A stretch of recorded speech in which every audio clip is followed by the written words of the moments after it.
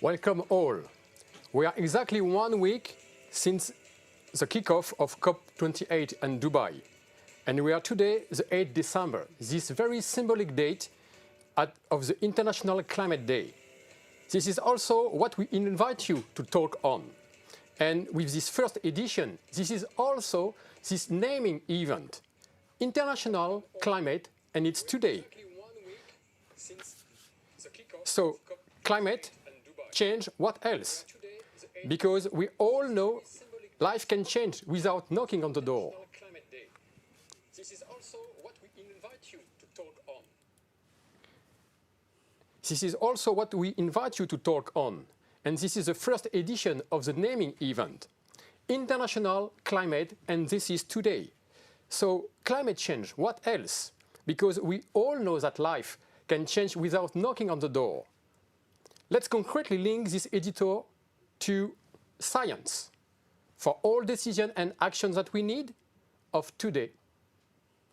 With my co-chair, Isabelle Czernikowski-Loriol, and my co-chair in Dubai in COP28, Dr. Pradeep Monga, like a bridge from Paris to Dubai, with a first science editor perspective.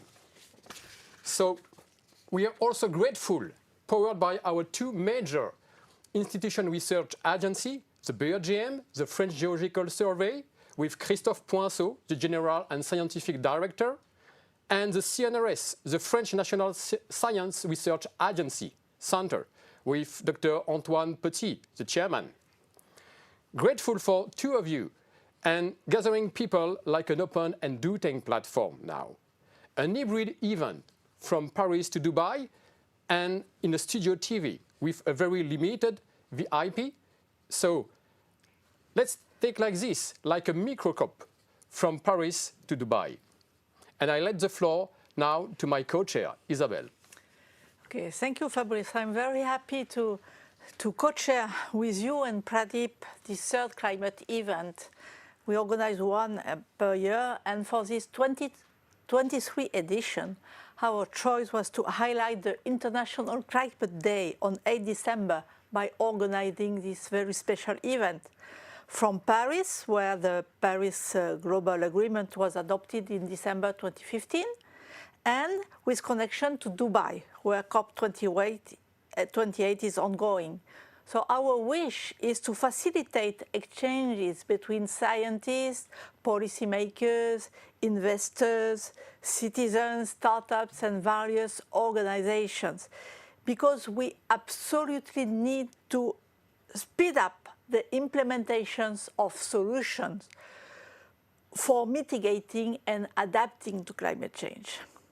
And for this 2023 edition, we will also be giving an award to recognize the remarkable work carried out by an organization to safeguard the climate and the environment. So I will now introduce our third co-chair, Pradeep Monga, who is in Dubai. Pradeep is a senior board advisor and director of policy at the World Biogas Association. He's also the former deputy executive of UNCCD, with the United Nations Convention to Combat Desertification, and is a former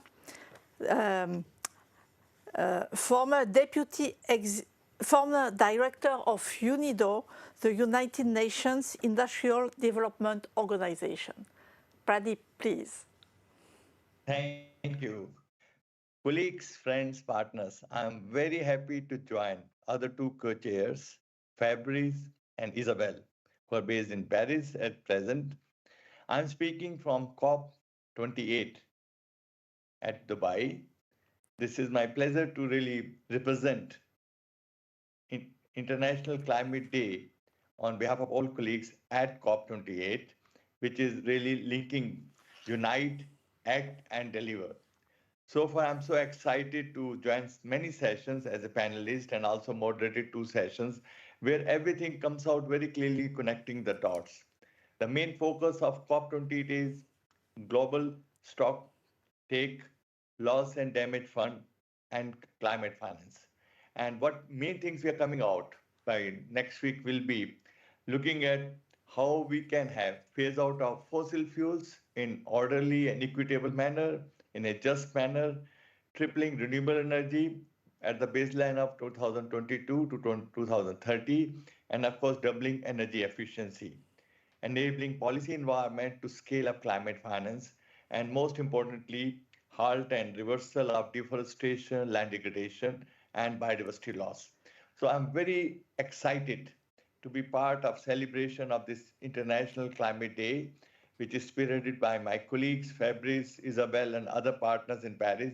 And I'm very happy to join for here and give my best wishes to this very important event recognizing champions, partners, and of course, all colleagues around the world to join hands in our endeavor.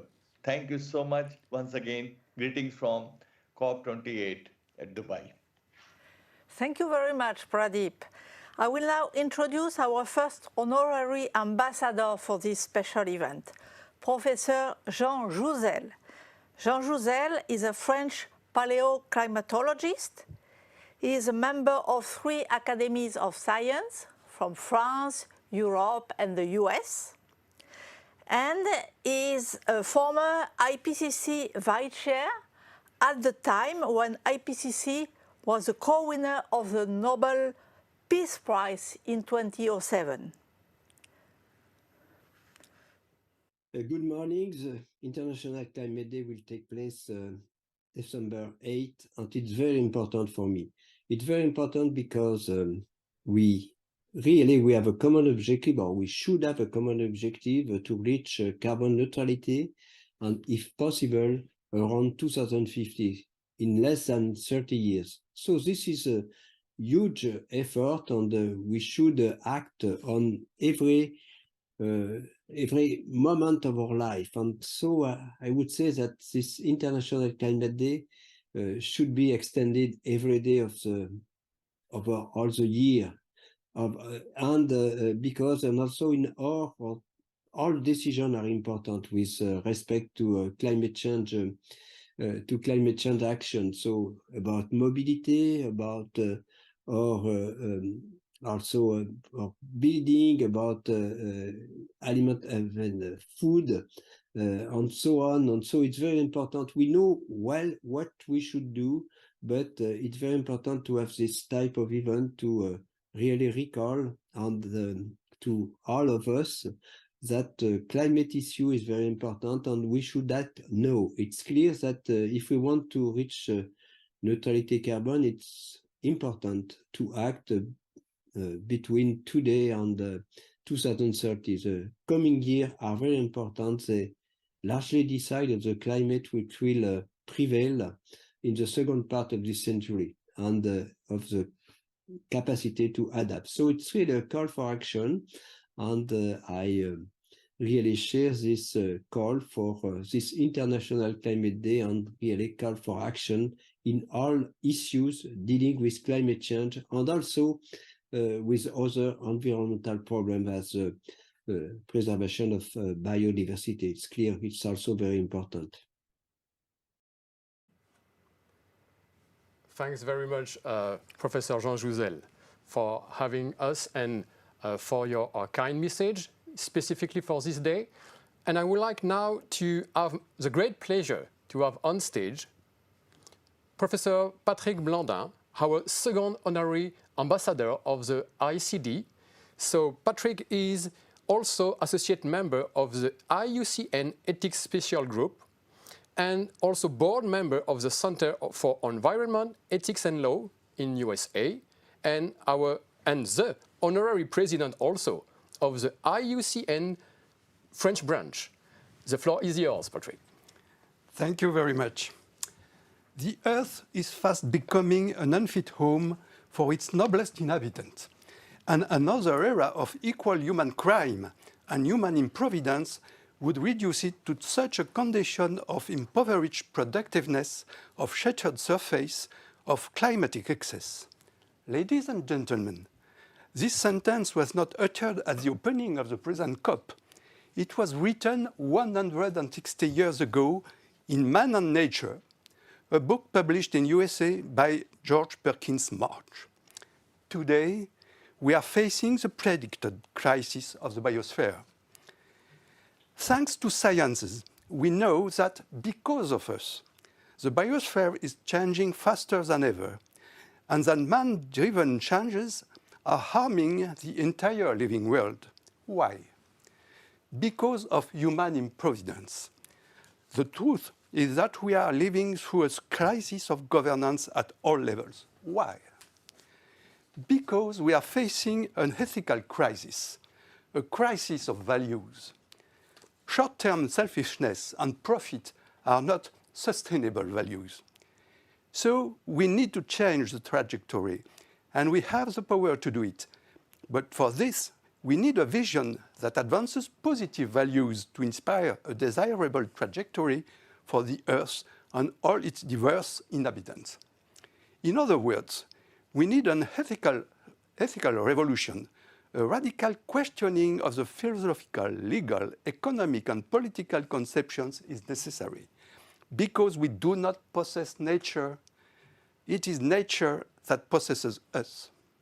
So, we have to look differently at all living beings, humans and others. As it was proclaimed in 1982 by the United Nations, every form of life is unique, warranting respect regardless of its worth to man. Yes, each and every living being contributes to the web of life. Each and every living being is part of the memory of life history. And each and every living being is a potential contributor to the future of life. Therefore, we have to inhabit the Earth differently. The continuity of life on our planet implies a governance at all scales that seeks solidarity and conviviality between all forms of life. The ethical revolution is a revolution for equity, dignity, better being, and peace for all life. Thank you. Thank you very much for your very strong messages. We appreciate. And now I will give the floor to our third honorary ambassador for this special ICD event, the General Tom Middendorf from the Netherlands. He is the chairman of the International Military Council for Climate Change and Security and the former Chief of Defense of the Netherlands. And he has just published a book entitled The Climate General, Stepping Up the Fight. In this book, it's really useful for understanding all the challenges posed by climate change and, more importantly, the solutions and strategies that can lead us to a better tomorrow. Ladies and gentlemen, welcome to this International Climate Day. My name is Tom Middendorp. I'm a former Chief of Defense of the Netherlands, and I currently lead a global organization of security leaders who are very concerned about the impacts of our changing climate. To me, this is not a one-day event. To me, this is about every day. Every day we should work on finding solutions for the biggest challenge we are facing, which is climate change. And as a climate general, I have experienced how droughts and floodings drive complete populations into despair, how desperate people make desperate choices when confronted with water and food scarcity and with the need to feed and sustain their families, and how climate change also acts as a risk multiplier and is a matter of national security. In more than 20 conflict areas, I've seen how this leads to instability and to conflicts, but also to migration flows and how it creates breeding grounds for extremism and organized crime. And I've learned the importance of not just reacting to these symptoms when it's too late, but to get ahead of the game, to build future stability, to find new answers to the climate crisis we are facing. We need your ideas, your initiatives to climate-proof our future and to secure that for our children and the next generations to come. And that's what this day is all about. So I wish you good luck.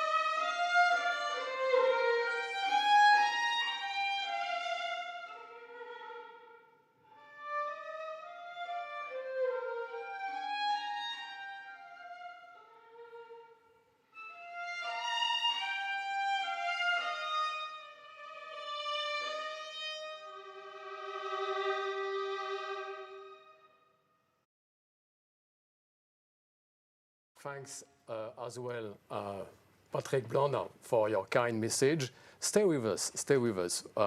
Your kind and powerful message, ringing as well in echo with what we have heard just a few seconds.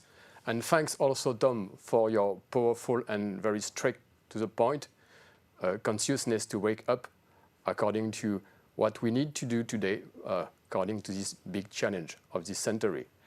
I would like now to welcome one of my co-partners and of the event. And before just introducing this session is the voice of climate science. We are 8 years after the Paris Agreement, as you know, and we have two institutions representative because we want to root this editorial line since day one in science first. And I'm very grateful as well to introduce the BRGM and the CNRS in this session.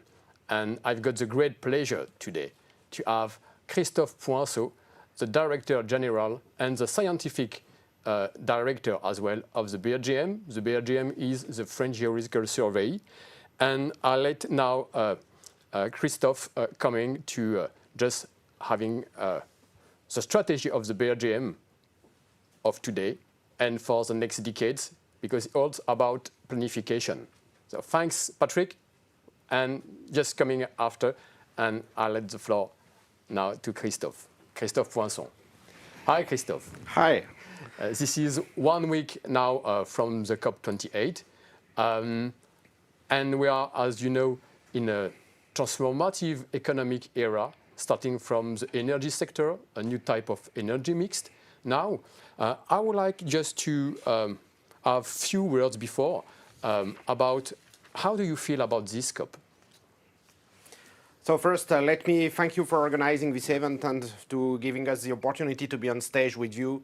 It's a real pleasure, and we are quite convinced of the importance of the commitment of every player towards the mitigation of the global climate change. So for sure, as many over, we are quite looking forward what's going to come out from the current COP, and for sure there is a real and strong need for more involvement, more commitments towards the reduction of the greenhouse gas emissions. And at the same time, and I think it's a very important message, for sure we have to face and to fight the global climate change, but we have also to promote, develop and deploy some trajectory which are accessible and which are compatible with the sustainable development and also with justice, which is quite important all around the world. I've noticed just two qualifications that you use is about the good magnitude of the adaptation and the possibility. It's about not only awareness, it's also about the capability of all type of stakeholders to jump into the change. And some stakeholders could be have I will say limits to make this transformation. So how do you think that an agency, a research agency, could also play a role to help governments and starting from the French government here to support and to enable this transformation according to all type of stakeholders? Because we know that in France we have quite 2 years of painful with the Gilets jaunes effect when we want to transform the society to have a concrete trajectory. But we know that we need to, I would say, to have an overview before transformative strategy and kick-off, I would say. So maybe 2 points regarding your question. So the first one is it's very important to realize that transformation of our society is for sure very important, but will only be achieved if it's done with the people and not against the people. So it means that the solutions we are promoting, the trajectory, the transformation, has to be organized, has to be deployed, so that it helps the people to live better, with a better justice, and not just to avoid any use or any act they would like to do. So that's the first point. Second, regarding the role of the research agency, as you mentioned, or research institution, it's very important to have science on board and to have science at the core of the decisions to be taken. And as it has been very clearly claimed by our French president yesterday with the implementation of a new High Council for Research, we need to, as experts, to give the information to society to know what is the main processes which are occurring, which are transforming the world, how we can act or develop some solutions in order to prevent this transformation or to adapt, because we have the two directions to deal at the same time. How we can prevent the transformation, how we can prevent the global climate change or reduce it as much as possible, and at the same time how we can adapt to this climate change. And that's it's very important to really handle the two directions at the same time.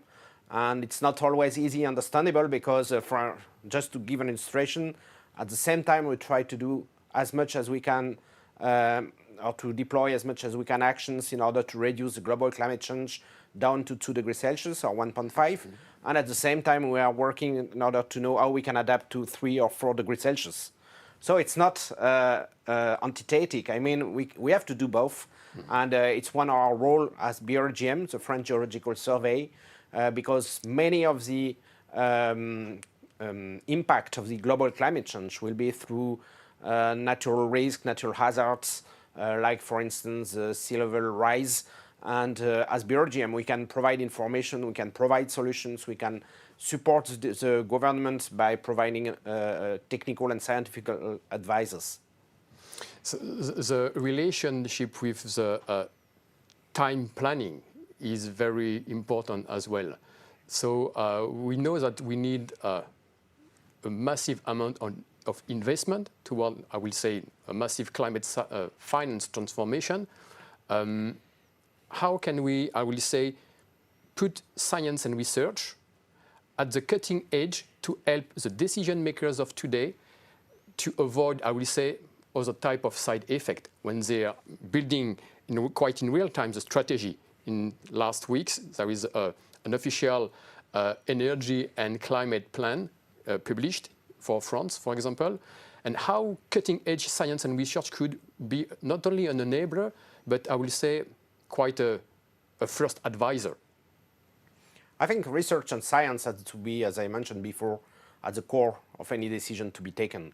It's very important to ensure that this action plan or the decisions or the transformation we're going to decide are the right ones.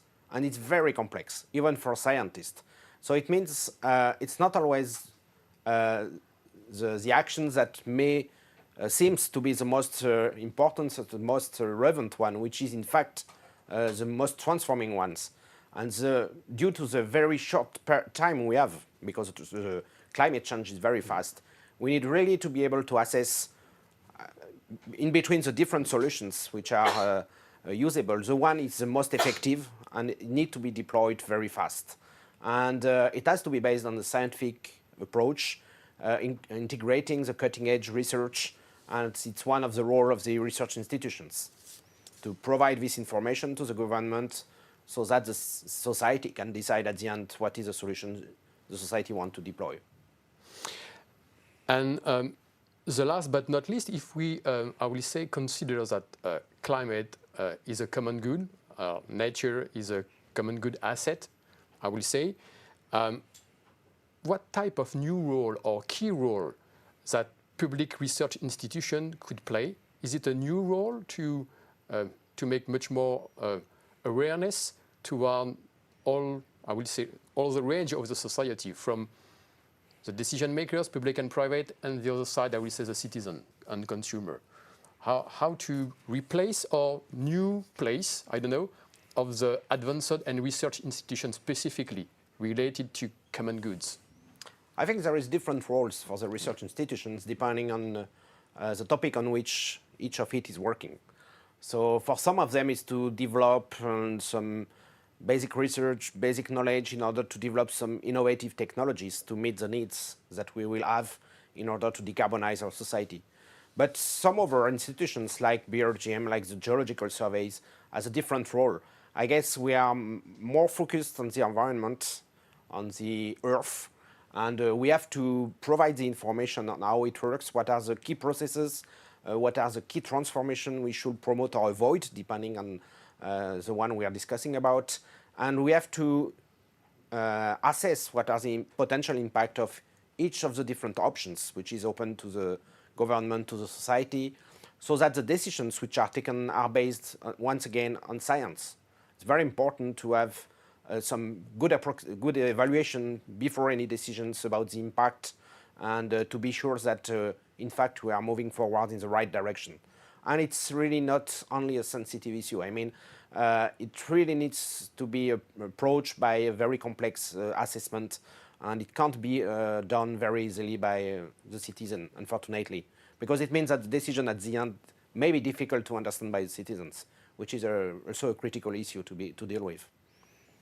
And we are very pleased to have you, Christophe, because as you know, since day one, we want to connect first with public research agency, public research center.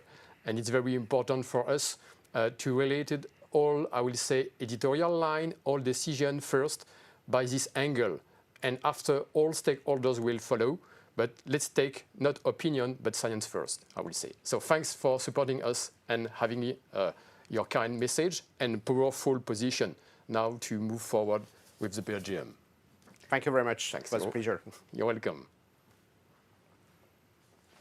Now let's have a small, I will say, introduction before going on another type of message, just to notice that we were expected to have the Minister of the Energy Transformation with Agnès Pannier-Runacher, and unfortunately she has been connected and linked by the negotiation to the COP28, and she needs to go directly to the negotiation with a key role position.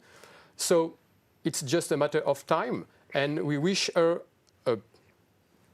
good luck, a strong message there to make line moves, and welcome for the next result for the COP28. And I let the floor for another type of message.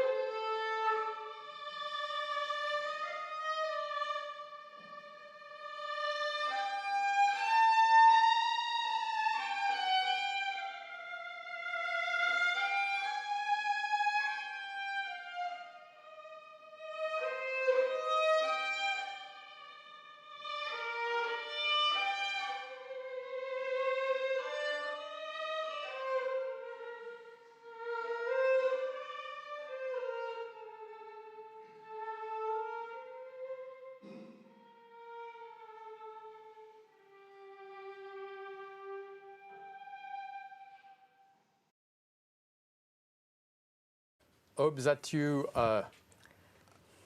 connect, if you connect at this moment, not only on the music, but also on the thematic. It's the International Climate Day, the 8th December 2023. And now we are going to speak with, I will say, a bridge panel. And with my co-chair, Pradeep Monga, based currently in the COP28 at Dubai. And we are going to have a look on the voices, not only the voices, because there is a lot of pathways to go to net zero. And it will be, I will say, like a mini or a nano COP, bridging Paris and Dubai. I don't know if, as well, Tad Kimura, if you are there, Tad, in Duplex. We are waiting some other colleague, people to join us. Or Caroline, based in Mombasa in Kenya. Are you there, Caroline? Not yet? Yes, I'm here. Perfect, perfect. So connecting as well different continent, cross-border, and different point of view, different backgrounds. To introduce this, I would say, specific session, we have quite 45 minutes to get involved in this discussion. But first, I would like to introduce the panelists here based in Paris, and then join you in Duplex. So I've got the great pleasure, and I will start by ladies first, as we said.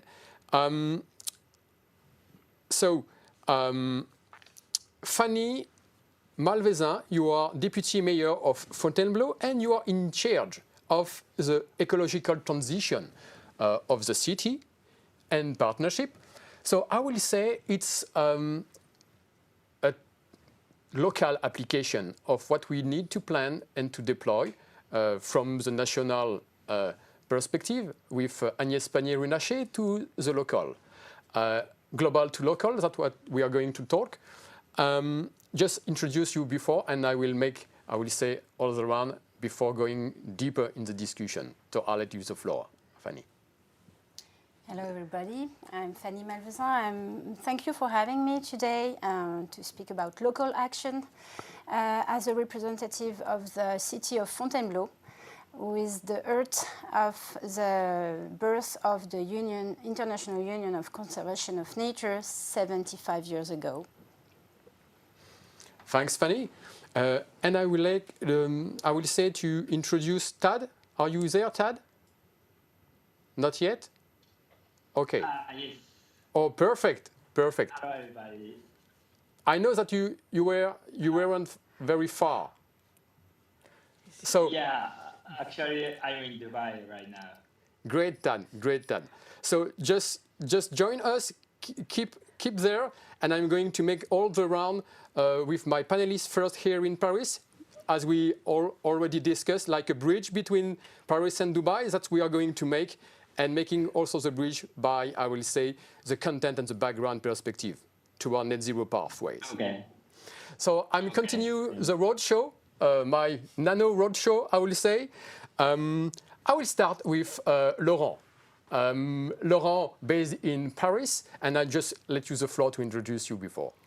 Thank you to invite us to explain or to show what kind of application we can start and we can launch to help the planet. I'm Laurent Bréboin, CEO and co-founder of VIDMIZER, and we launched the green encoder because we have the intuition that video encoding is a part of the path we have to follow.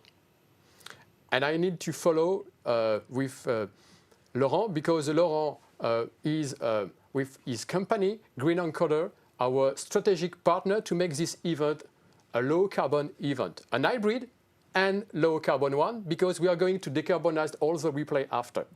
We are going to understand more in a few minutes. And I let the floor now to my colleague in Climate Tech, because we are quite all colleagues in Climate Tech. There is many colleagues in Climate Tech there.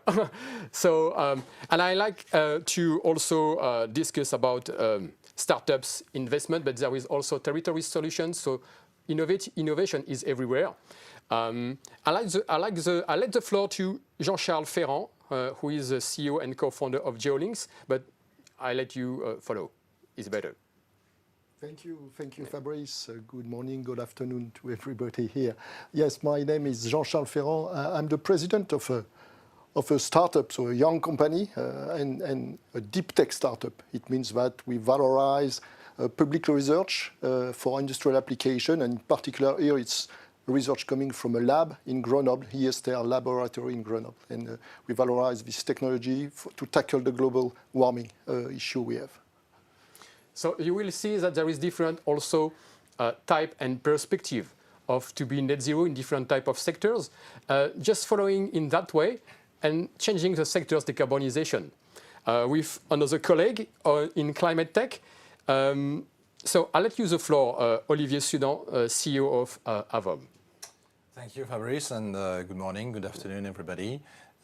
It's an important day today, and this event is a great one to remind us of what we have to do. So my name is Olivier Sudan. I'm the CEO of a green tech company, AVOB, and we are specialized in helping our customers better manage and reduce the energy consumptions in buildings, and we bring them an energy management platform combined with IoT and AI algorithm. So you know that the tech is not far, Tad. There is also AI embedded in buildings, and there is a great example in many type of solutions. And the nature is also not only around us, but also, I will say, great applications, because natural carbon sinks are very important, and cities and regions have to also embed this type of solutions. And there is a lot of innovation also to make it. So yes, according to your online, Tad, I let you follow, I would say, the tech angle, and to let you the floor from Dubai and make the bridge. Okay, thanks. Hello, everybody. My name is Tad Kimura. I'm a CEO of Adright Inc. We are doing a climate tech accelerator based in Tokyo. And recently, we've launched the accelerator program called the Suits Tokyo, together with Tokyo Metropolitan Government. And the program is both inbound and outbound program. And I'm visiting COP28, and actually this is my first day of the COP28. Actually, my path is a blue zone, and today I'm explored blue zone and also green zone. And there are many types of technology and also startups from France and everywhere in the world. So yeah, so this is a quite good showcase to see the technology as well as policy and activity all over the world. Thanks, Tad. And just to also make this complementary, because you're also the CEO and founder of a great accelerator based in Tokyo. There is not only, I will say, the tech side. I do think that there is a lot of innovative solutions, and that I will say, in impact startups or impact companies and NGOs. That's why, Caroline, I would like to introduce you now, because we are just having a great range and scope of technology startups. Caroline, are you there? Yes, I'm here. And I know, so hi, Caroline. Before starting discussion, I prefer to introduce you and to let you the floor and making this bridge connection in this different type of net zero pathways. So Caroline she's, I will say, the country manager and a partner from different events that we have already done, from the Carbon Pricing Conference and the ClimateTechAwards. And Caroline is the country manager of a great NGOs, which is Green Campaign, World Green Campaign. And she's not only, I will say, having a social impact approach, she also bridge and hybriding the technologies toward communities. But I'll let you the floor. You are the best to showcase what you are doing.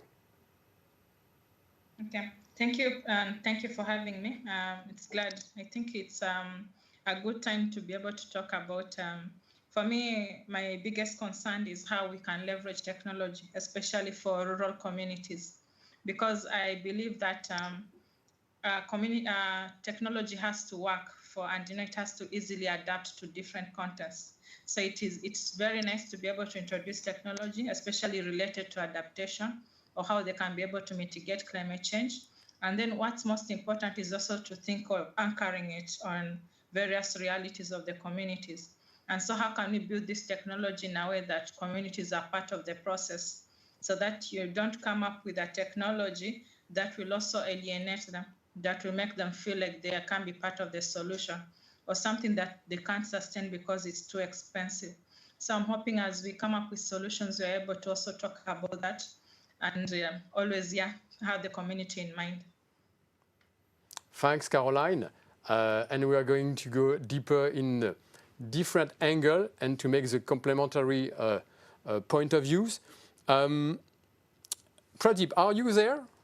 Perfect, perfect. So Yes, I let you also introduce few words because you are also the best of us to speak about land use approach and also your new position within the World Biogas Association. So the floor is yours, Pradeep. Thank you so much, Fabrice. Of course, Isabel had already introduced me. Colleagues, I am also at COP28. This is my 8th day. I came here on 1st of December. I'm very happy to be part of this whole global meeting where after a long time, I can see there's a lot of hope, a lot of partners are here, companies are here, policymakers are here, and over 100,000 people have registered. So that shows the excitement, interest. But the challenge remains, Fabrice, that how do we deliver? Colleagues, just briefly about myself, I have from India. I have done first 15 years, I was Indian civil servant working on the policy level at the senior level in Delhi. And then I moved to United Nations, starting with UNDP. Then at UNIDO, I was Director of Energy Climate Change in Vienna for 16 years before I became Deputy Executive Secretary of UNCCD, UN Convention to Combat Desertification. And this is where I'm very happy to link nature, climate, and land to provide solutions for the world that needs. So, Fabrice, thank you so much once again. At present, I'm working as Senior Advisor with World Biogas Association and Senior Advisor with International Institute for Applied Studies at Vienna. Thank you, Fabrice. Over to you. So thanks, Pradeep. And you will see as well within this audience live stream that we also connect different, not only angle, backgrounds, and profile of stakeholders. We connect also different geo-economic culture from Europe, Africa, Asia. And I'm going to start with these first questions. Different angles, different, I will say, culture, different latitude, different type of climate issues. How I'm going to start with the economic players because we are 8 years after the Paris Agreement. I will say it's one of the major or the major statement of all countries in the world. Now, this is the role of the private sector everywhere in the world. So I will start with this angle first. How the economic players could play now their role, not a role, their role to accelerate, I will say, what we used to call net zero. And probably we're going to start with any type of sectors. I will say like at school, who would like to answer first? And I'm not the professor today. I can start with a small brief. So on our side, we are really specialized in helping our customers managing the energy within the buildings. And buildings account for 30 to 40% of energy consumption and CO2 emission, roughly, worldwide. It depends on the countries, but it's roughly this way. And the important thing there is to start somewhere. Because many people think it's expensive, it's complicated, and so forth, so they never start. So, and we see that not only in our sector, but in many sectors. Mm-hmm. So, what I like, and we were discussing that earlier, is the action of the small steps. You know, it's step by step. I mean, if you want to climb a mountain, you just don't go to the top at the first day. You do really step by step, and then you reach your goal. So the aim here is to start. And there are solutions. Solutions exist, and they are reliable. The technology is here, and we can do substantial savings. You know, in France, just as such, I mean, if we were to reduce just by 15% of the energy consumption of our buildings, it's 3 to 4 billion euros that we could save each year. And 15% is not so much, right? So we can do that. It brings substantial value to then start bigger projects, bigger activities to renovate your buildings or to build completely new buildings if you wish.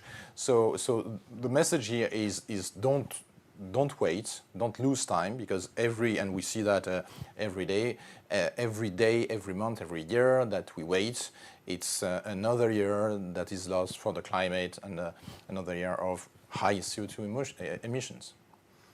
And I like this type of point of view because we used to say that if we just, I will say, don't look up, or if we can say it's too difficult, probably we don't act, we don't create an event, we don't buy some good products, so we don't know that there is a real countdown, in fact.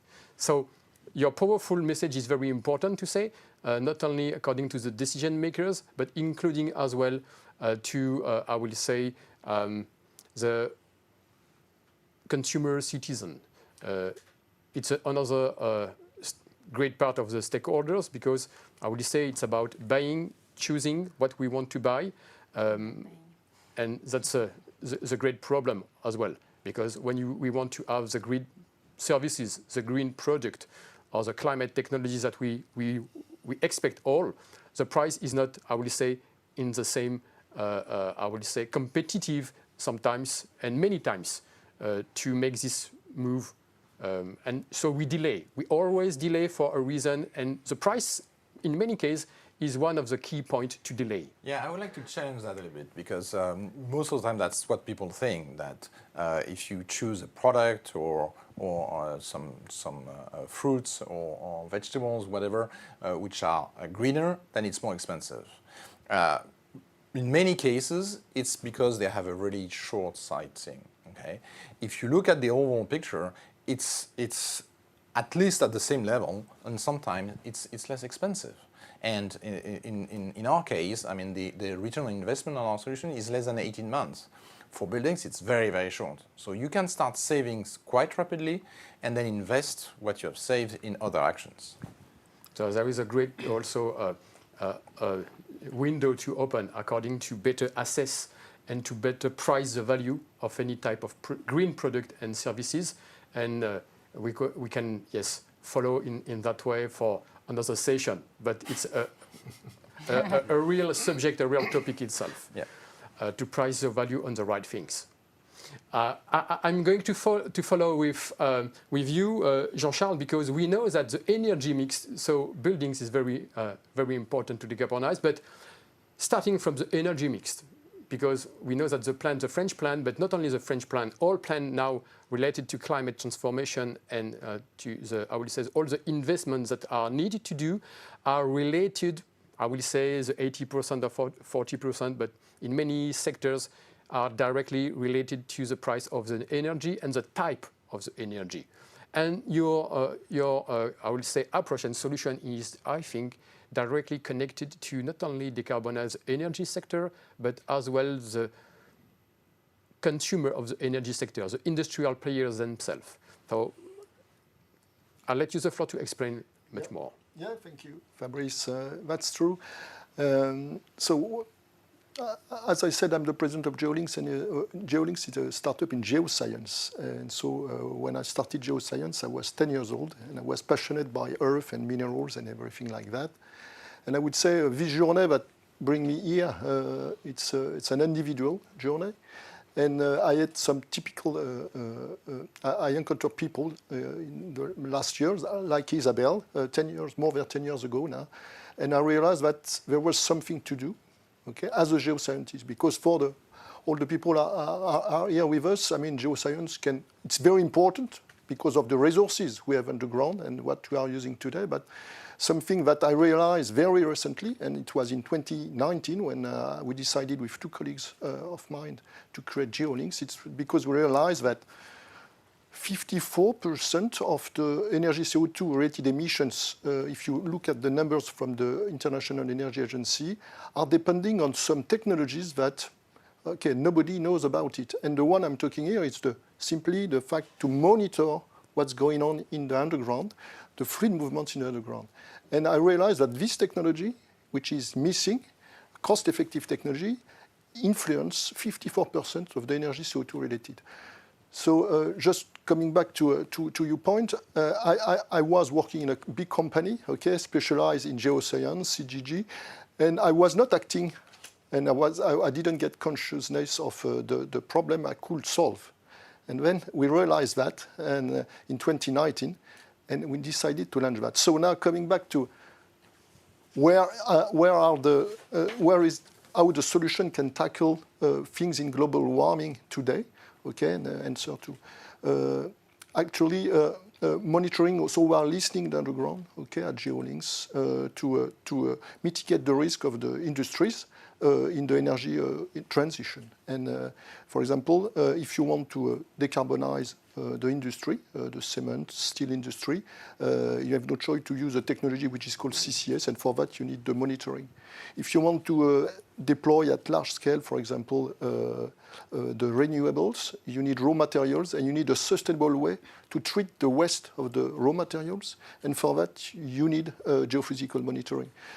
So if you want to switch from the fossil fuels to the decarbonized energy like hydrogen or geothermal, but you need again geophysical monitoring. So we realized in 2019 that there was something missing, nobody was asking really for, and which was key for the.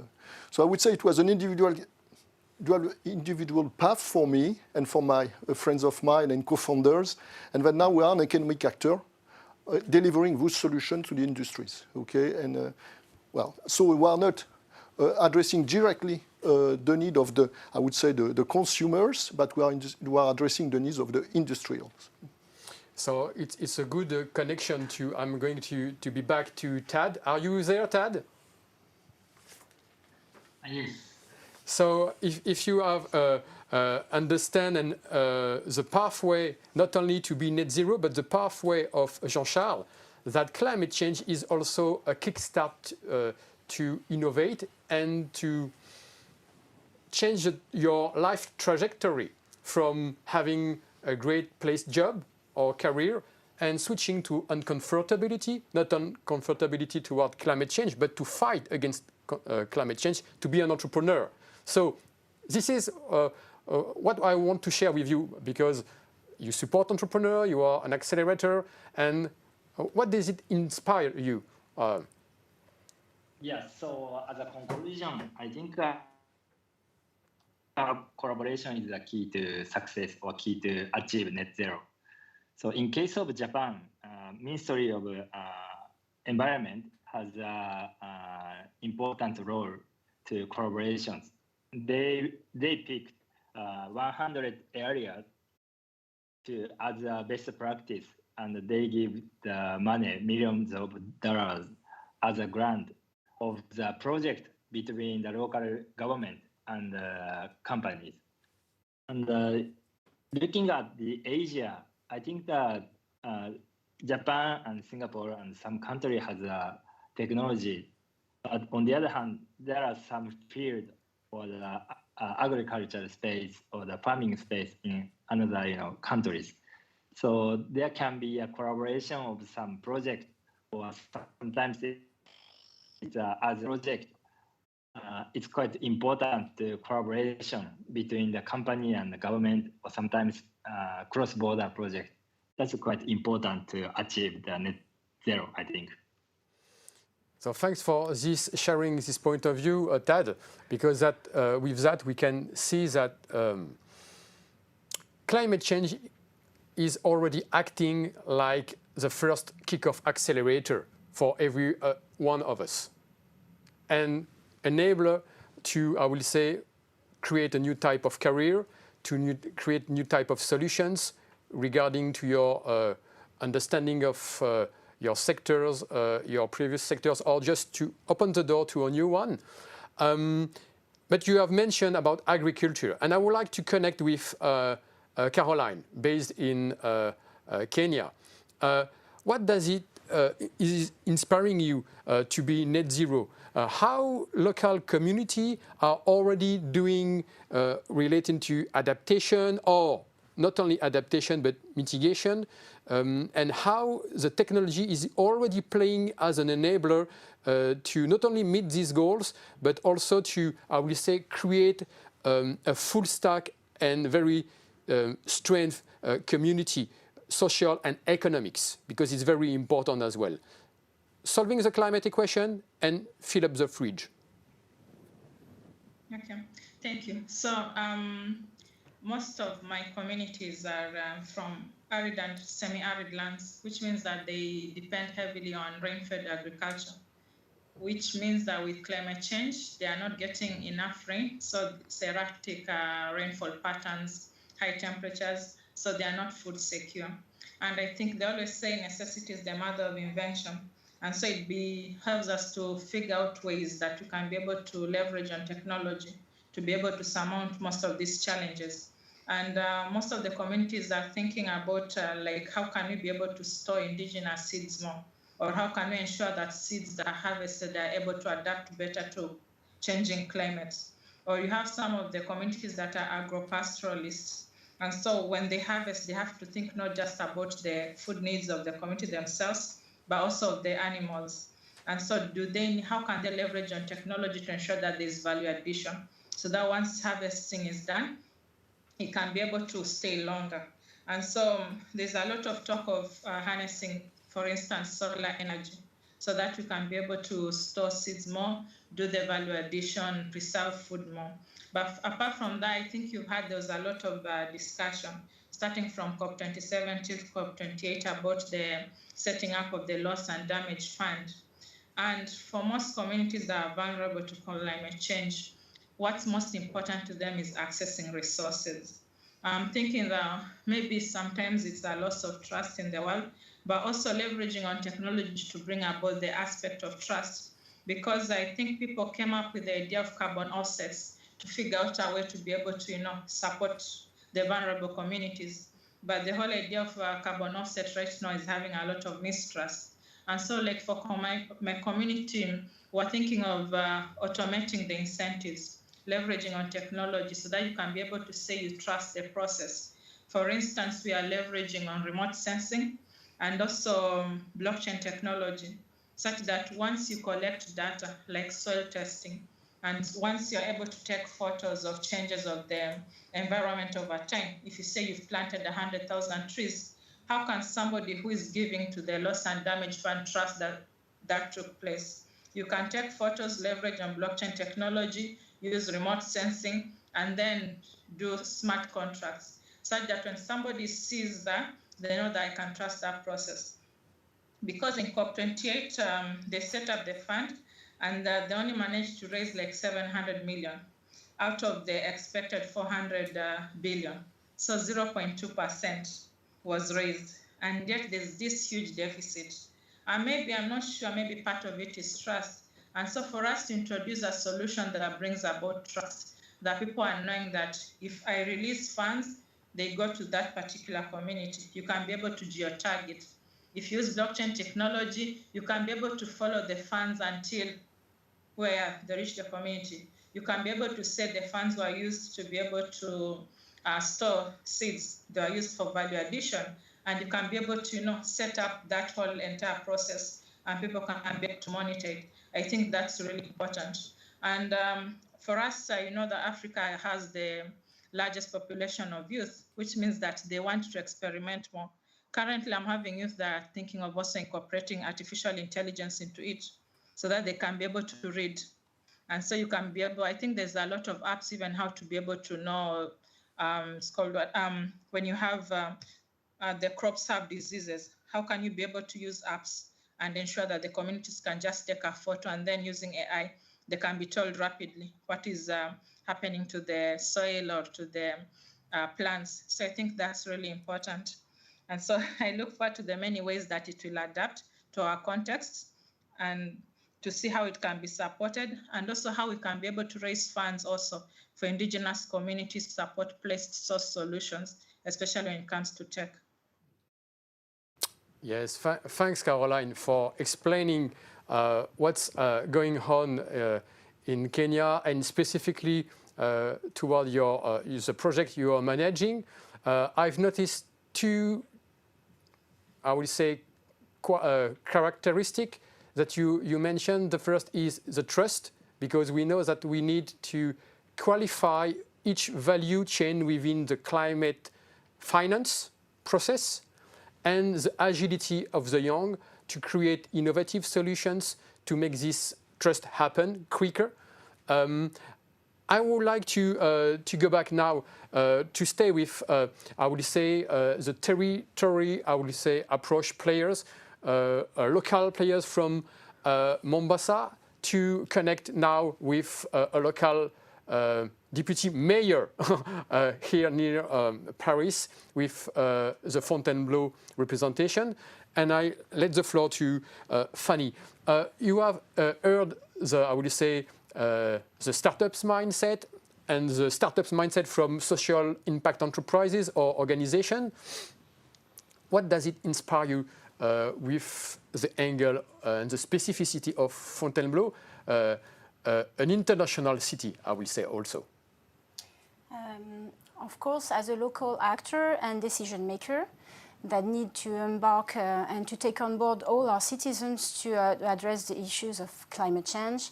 I'm very inspired by the technical solution, and what we have in Fontainebleau is probably the less technical approach of the panel to address these issues. What we have is a contributor, a positive contributor. It's the forest. It's nature, Mother Nature.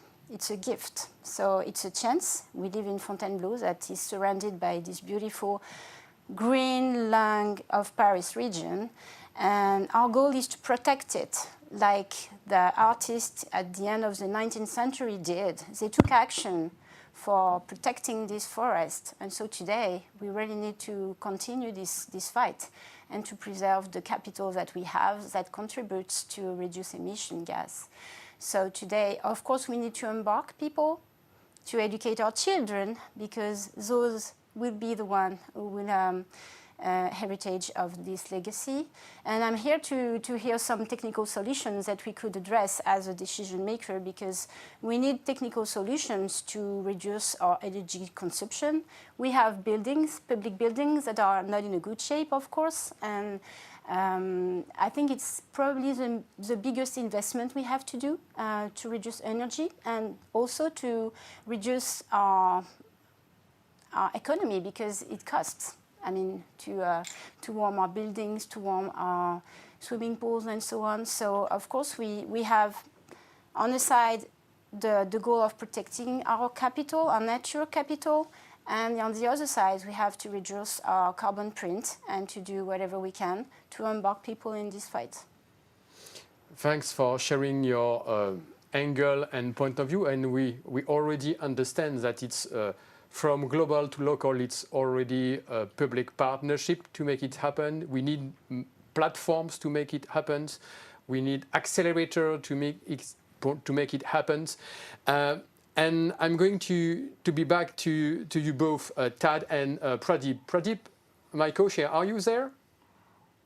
Yes. Great, yes. Pradeep. So we are connecting to so the bridge from Mombasa to Fontainebleau, and know that Pradeep, you have the overview, because by UNCCD you have managed at United Nations, the agency body, and land use, the activities, the deployment of human activities everywhere, that the Professor Jean Jouzel, our co-ambassador of the day, said that it's human activity who are increasing the instability of climate, making it changing.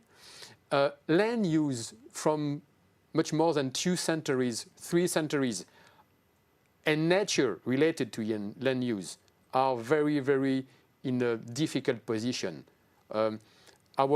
Also, co-ambassadors, Patrick Blandin, remind us that we depend on nature, and Fontainebleau related to it historically. We need artists to advocate. Who are the artists to advocate about the better use of the land for you? I would like to ask you this question. Or Fabrice, thank you very much for linking land with climate and global issues. Colleagues, friends, as we speak, 1/4 of the world's land is degraded land.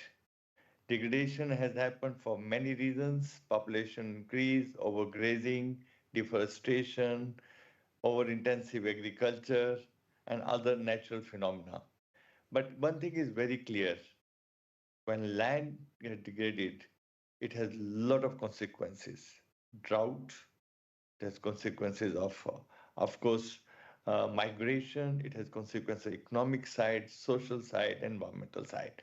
But also, it is also very clear now that climate change is also acting as the accelerator for land use changes around the world, especially land degradation. And that, whether it is because of change in rains patterns, or whether it is river course changing or over flooding, everything combined together. The only process which we can look at is sustainable land management approaches. And that also requires what we call in UNCCD land degradation neutrality. Whatever we do, any project we do in the world, for any infrastructure project, we must ensure that productive land, agricultural land, does not get diverted to that. But on the other hand, we must restore land quality. We must restore health of the land.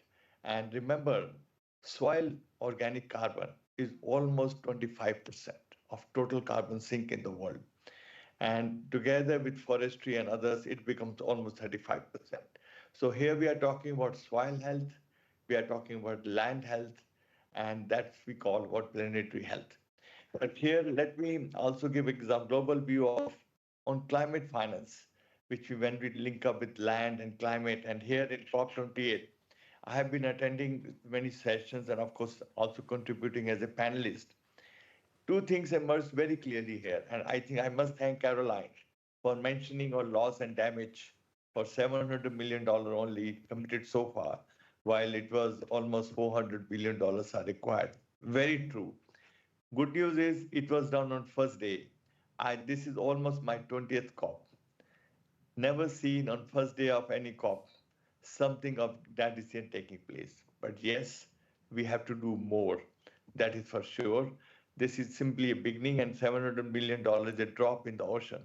Now, coming back to climate finance, let me highlight two issues linking to land and, of course, overall climate finance.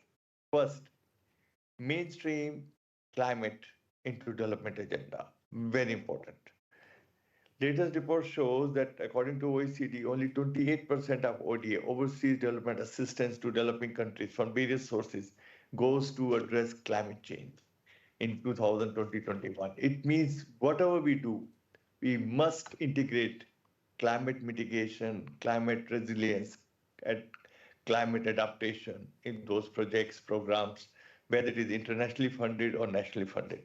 Second, we must utilize systemic approach, and that I am also speaking on the land areas, because there we feel that I personally believe that net zero, we always talk about net zero, but we must also talk about nature positive world together.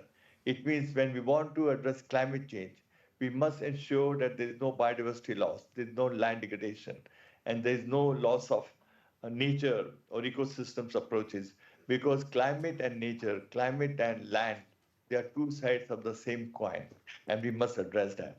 And there, the best answer is how we can have synergies between climate goals and sustainable development goals. There are 17 in nature. Both must go hand in hand. And of course, very important here is how we can scale up climate financing through blended finance, de-risking investments in decarbonization projects, and most importantly, how we can ensure that benefit of this whole climate finance goes down to the local level to the indigenous communities, to the most vulnerable societies in the world. Because while industry and other policies will provide, but we must link policies with science and science with investments. And that should really help in having what we call land restoration, eco-restoration. So healthy land, healthy soil, healthy planet. Let me rest my case here. Thanks a lot, Pradeep, for your powerful message. And I would like to, and holistic and systemic, I will say, challenge that we need to face. I would like to also have a quick feedback by you, Ted. Climate change is acting as an accelerator. How can accelerators can reverse this change? Thanks. So, Mr. Monga mentioned there is no one solution for everywhere. It really depends on the location, geographic, history, industry, and everything. So, as I mentioned, the combination of cross-company, cross-country, cross-industry is quite important. And now we are building a matching platform of the solutions.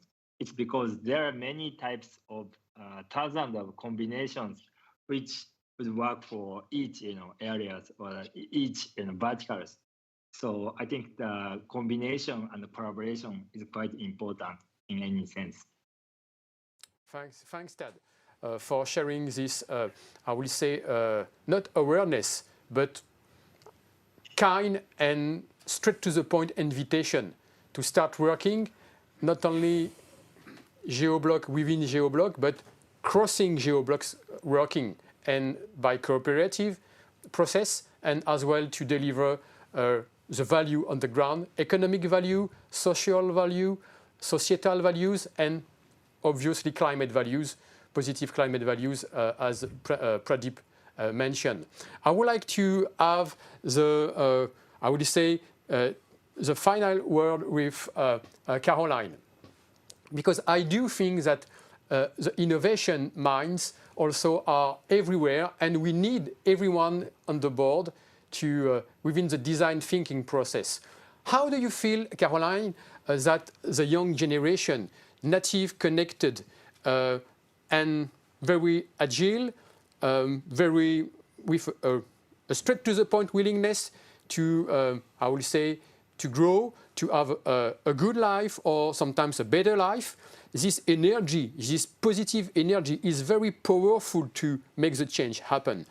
How do you think that the young generation, and with from your, I will say, Kenya perspective, could play a role within the concert of nations, the concert of cooperations, as Tad mentioned and invite us? Okay. Yeah, thank you for that. I think when they were coining the Sustainable Development Goals, they considered youth, current and future generation, because they're experiencing climate change as it is now, but they have to be part of the solution. And the way I see it, right now we have a generation that is very tech-oriented. They spend most of their time in their phones. They are also the most connected population or generation there is. They have so much at their table, so it's very easy for them to also share information, to share innovation. I think it's upon us to always deploy information that gives them that sense of awareness. And you're also seeing much of the younger generation also doing more when it comes to climate action. They are pushing more for better solutions. And so I'm thinking all they need is an opportunity. And also, when I talk about resources, it's mostly about knowledge. So how can we, maybe the older generation or people that have the resources, how can we ensure that they have access to the information? They have access to spaces whereby they can be able to come up with innovation, because they interact with different generations, and then they also think different. They want quick solutions, which I think could also work, because they'll tend to be more efficient. So like I gave an example for me, we were just thinking about how do we get resources, how do we ensure trust? And it's the youth that came up with the solution of blockchain technology. And each time all you needed was to call them for what they call hackathons. And you have all these young minds together for just a few hours. You give them a challenge and they think about it based on their context. They're the ones who thought about how could we use also AI tools to be part of the solution. I think as technology is evolving, there'll be more and more solutions to come. So how can we I think what's important is to just bring it to their context. If they're spending time on their phone or on TikTok, how can we meet them where they are? So that there's more information sharing, there's more climate action around it. Most important, I think for me, our biggest concern is also how to get the youth into the food production space, because most of the youth are really not into farming. And which means that if we can come up with innovative ways to make farming more efficient, it's a good space to bring them in. Because one or the other, the population as it is in the world and the way it's rapidly growing, it will need to eat. And we have to find a way to make sure that agriculture is able to evolve along with the times with the youth as it can. And most important, they also have to feel that they trust us. And I think technology can bring that also. They want to feel that they can also contribute in their own ways. Most youth maybe are not employed. So if you tell them to contribute funds, they can't do that. But they have knowledge and they have the mind to be able to contribute solutions, especially in the tech space.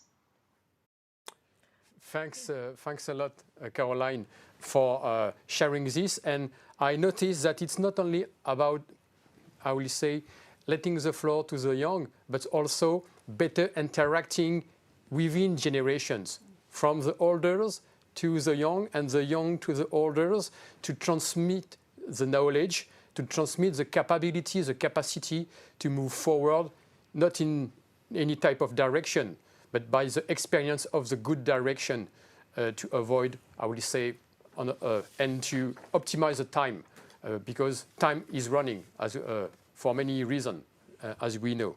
I would like to also making this to close this the voices and the pathway to go to net zero from an Asia perspective, an Africa perspective, a European perspective, from a startup mindset, from NGOs, from institutions, local to global with you, Pradeep, international. This is the nano COP of the day. And I hope that not only you within the live stream, but also you from Duplex as an pure hybrid event and on stage have understand each other, because it's about understanding your neighbors and the start. This is the first step and the first step of the cooperation. So thanks a lot, all of you. And just probably notice that we need to better price the value. The value could be everywhere with anyone, and to better price the value is also probably much more aligning our current financial datasheet decisions for decision makers, public and private. Within startups, we all have to give results to someone, but these results should be much more, I will say, related to the dashboard of the nature. So I let the floor to now another type of message. Thanks a lot, all.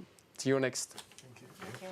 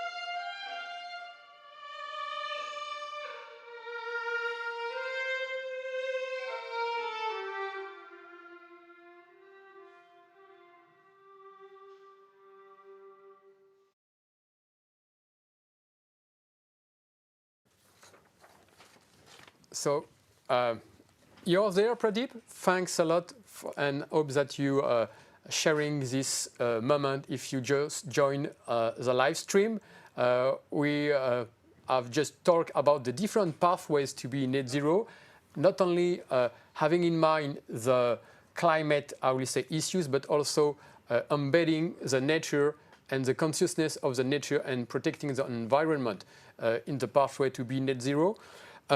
Now, I would like to have a special also moment. We need to be inspired in the life, and we need pioneers in every type of disciplines. As you are there, Pradeep, connecting with this, I will say, the other session, what is your definition of pioneers? What would be the definition of pioneers for you? Probably there is a duplex issues.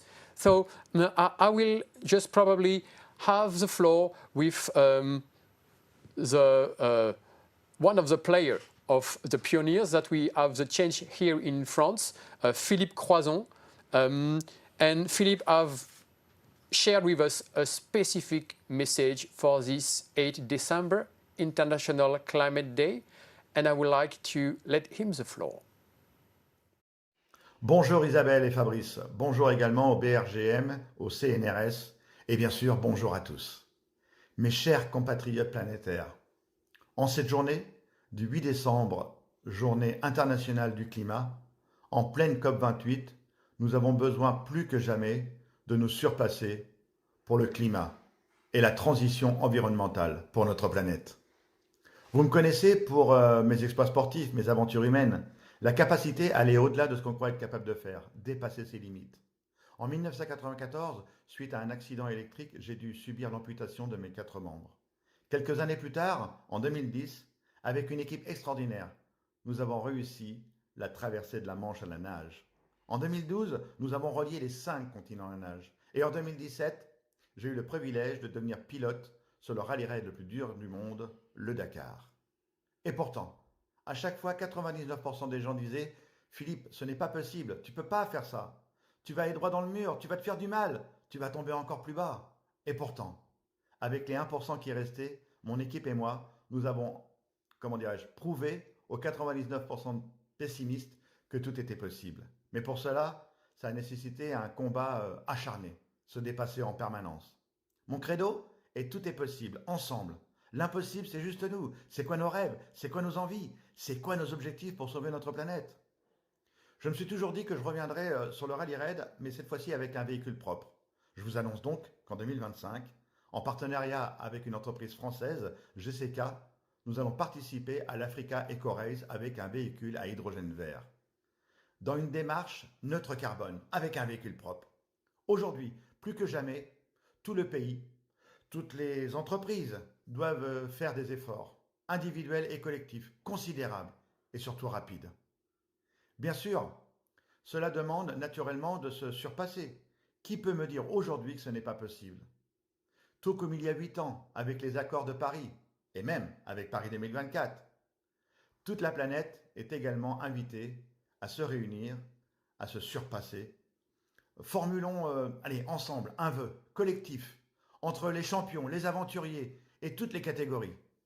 La pratique du tout est possible en une seule discipline, l'accord de Paris, et faisons tous le pari fou de Champion for Climate.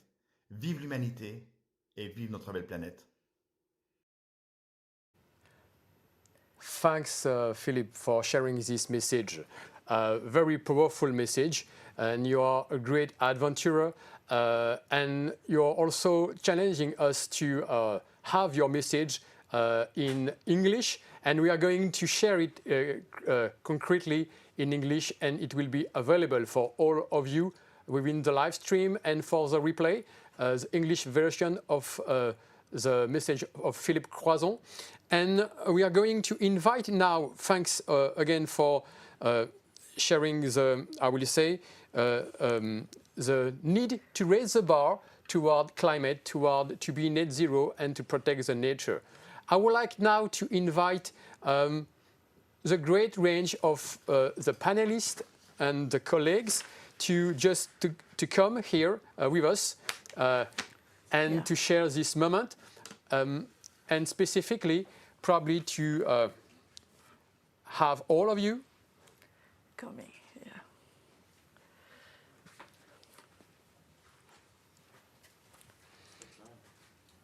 Yes, you can join us, the participant, not only the panelist, also Patrick, Arnaud, you can join, Clément, you can join, Christophe. And Christophe Poinçon can join. He's going just to be there. Clément, you can join. And everyone can join. Jingle.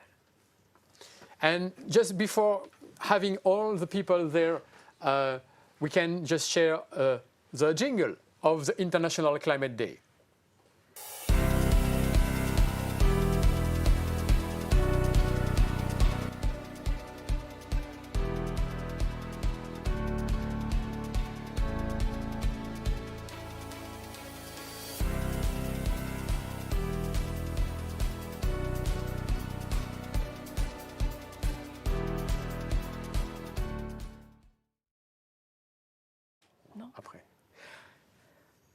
Perfect. So we have the great picture of this day.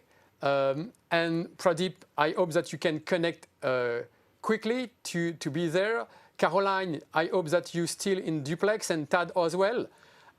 Making this real bridge as you start from this beginning of afternoon. Tad, are you there? Caroline, are you there? Yes, I'm here. So great. If we can have a picture where making the bridge for the production of you from Mombasa, Tad, if you are there from Dubai, and Pradeep, if you're still there in Duplex. We are going to now to switch to a very special moment. It's the CTA. What is the CTA? The CTA is the ClimateTechAwards. And the CTA 2023 is very, very special. First, because this year, there is no category, specific category toward climate technologies and startups. There is just one innovative, and we are going to inaugurate this category, an honorary awards. But we can't tell you directly for who and why there is only one category this year.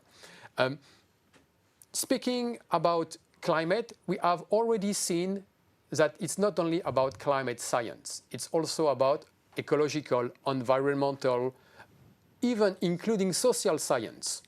And we need to be much more conscious of the interdependence of these disciplines, from the raw materials, the cutting-edge research, to the decision-making, public and private. For us, consumer citizen, when we want to buy something or to not buy another thing, there is a why. And this why has to be inspired by not only, I will say, opinion, but also connecting, rooted to really cutting-edge information, cutting-edge understanding, and science is the core engine to make it. So, not to make, I will say, to wait too long, to probably, I know that you want to see and to know who's going to be address this specific honorary award today, but I will just give you an indice. This award, it's not an award for an organization itself. It's not a public organization, neither a private organization. This award is not addressed to a person, even innovative, even I will say a cutting-edge champions of to honor.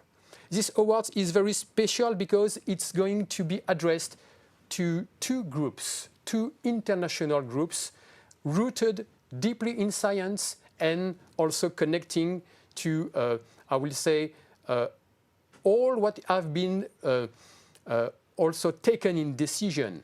So just coming back to 1 year ago, this is the first time that we can align the results of the 8 years today of the Paris Agreement, one side, and the results of the COP15 on the other side. For the first time, 2023, we can connect these two agendas with two great treaties, two great agreements of the world.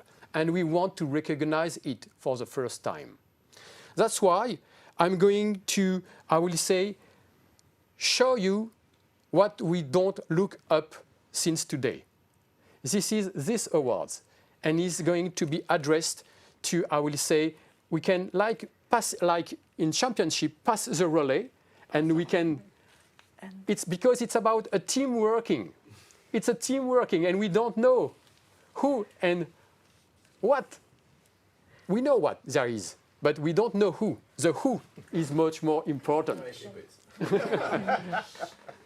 And the financial and last but not least piece is for ladies. So I will open it, and we will very soon know who will receive the award, this ClimateTech Award 2023.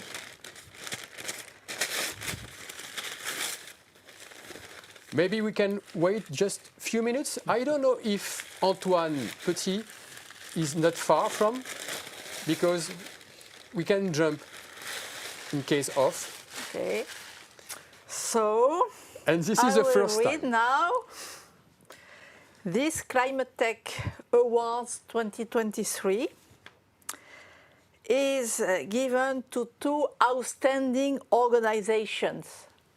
They are unique, they are scientific, they are international, they are powered by very strong teamwork, and they are fully complementary for the benefit of the climate and the environment at the service of humanity. So, we can make trouble, and we can have a delay, specific delay, because there is a need of a delay for this time.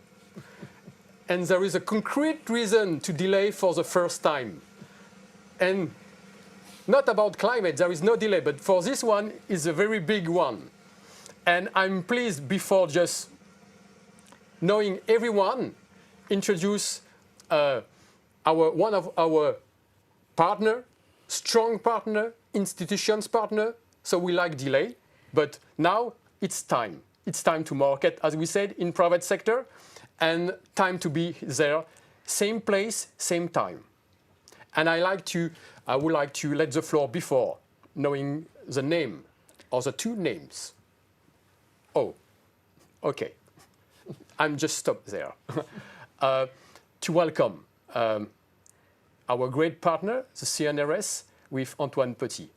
And I'll let you introduce before the role, the great role that CNRS has already played for research science, and just to have a few words before knowing all of us and all of you who's going to be nominated for the first time. Okay, thank you very much. Sorry to be late, but I had a lunch with my minister, and as you can imagine, you cannot miss it. It's really a pleasure and an honor for CNRS to be partner. As you probably know, CNRS is one of the largest public research institutions in France. We cover all fields of science, and of course everything around climate change and biodiversity. And probably you have heard, perhaps you have heard yesterday, the announcement of our president, and the new agencies will be built in some sense in the French landscape. And we will be in charge, with CNRS, we will be in charge of of the agency which cover climate change and biodiversity. So we are precisely right to the point. So thanks to have invited us to participate, and it's an honor. So thank you very much. It's an honor to have you as partner with the BRGM. And that's why we are going to probably to reveal and to co-reveal the two nominees. Okay, so the 2023 ClimateTechAwards is given to the Intergovernmental Panel on Climate Change, IPCC, and to the Intergovernmental Platform on Biodiversity and Ecosystem Services, IPBES. Congratulations to both institutions. And this award, it's for all scientists who have already played a great role since decades ago to have the Paris Agreement. Again, 8 years we're going to celebrate today for this 8 December, International Climate Day first edition. And also for the IPBES, the great role of the scientific to conserve, to alert about the land degradation, as Pradeep mentioned, one of our co-chair, and all, I will say, the consciousness that we are not, I will say, have the overview of the nature because we are already inside since so long, and these two pieces have to be much more connected. That's why we co-attribute these awards with all our institutions and recognize both. Same line, same way, same pathways, sometimes, or different pathways, but same statement and recognition.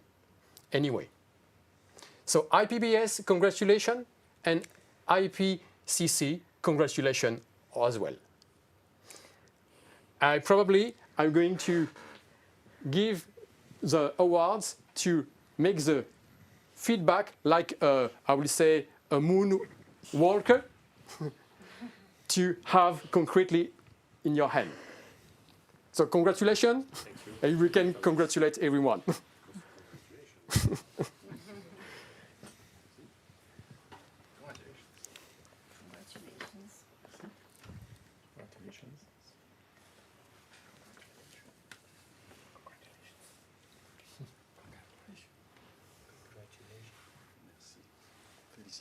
Merci beaucoup. And we know that we need to better understand science, but better also understand the conviviality that we need in these multi-crisis times. And probably that we can not only be aware about the red flag reports series from the IPCCs and IPBES as well. These two-piece agreement, Paris Agreement and the COP15, now in one piece here, materialized. Hope that it's going to materialize, I will say, good decisions now from public and private institutions, from all of us around the world, civil society, when we are going to buy food, to buy drinks, to build houses, to go one point to another one, what type of mobilities we want, about healthcare. We know that now we depend directly about the land use, the biodiversity crisis, and the health is very, very important because as humankind, if there is no healthy nature, there is no healthy people or healthy humanity. But before going ahead, I would like to let the floor to a message of our two institutions about the awards. I will say, starting from directly the BRGM, Christophe.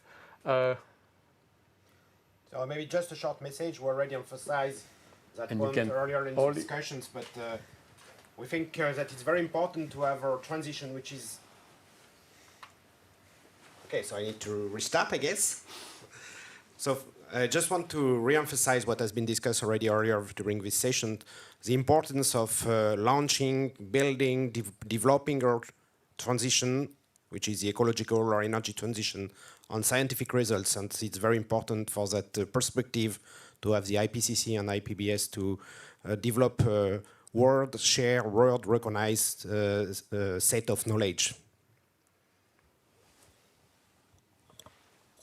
with the awards, of course. With the award, of course. So probably IPCC is better known by the public than IPBES. I think both of them are very important, and I think now it's really complementary to study climate change and biodiversity, and we cannot study one without the other.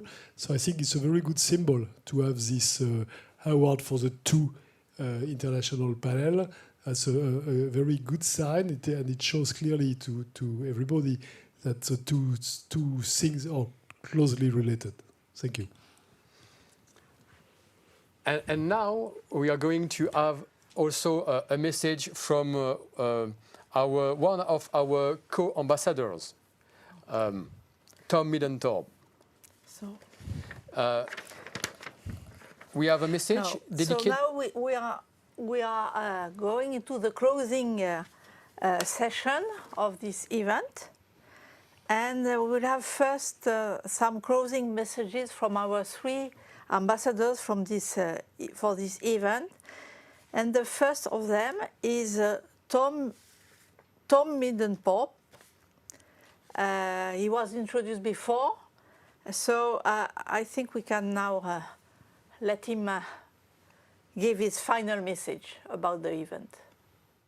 Congratulations to the two award winners, but to me, every participant is a winner because you are all working on solving the biggest challenge we are facing, which is climate change. And my special thanks go to the two big partners, BRGM and CNRS, who really made this possible today and helped us connect to the science institutions. In 2 weeks' time, my book, Climate General, will be published in English and French. And in this book, I explain how climate change acts as a risk multiplier and how it threatens the lives of billions of people in the world. But I also look at the answers. And innovation is a very large part of the solutions, not just to reduce emissions, but also to become more resource independent and change ourselves into a more circular economy. We need your innovative power to create energy independence with zero emission, to extend the life cycles of our products, to switch to a circular economy by reusing materials and components, to achieve more climate resilience in our food production, to protect our societies against the effects of a changing climate. So let's get to it and think big, act small, and start somewhere. Thank you very much. And now we will hear our second ambassador, Jean Jouzel. He will deliver us his closing message. Yeah, a few words about IPCC. So I was active in IPCC from 94 to 2015. IPCC was launched in 90, and we have no it's a sixth report which was finalized in this year, and results are clear. So what are the key results of IPCC? It's about the reality of climate change. It's clear that climate change, it's a reality both in the atmosphere, but also through glaciers, through glaciers melting, but also through ocean warming, the increase of greenhouse gases, and we can attribute the 1 degree or slightly more warming to this to our activities.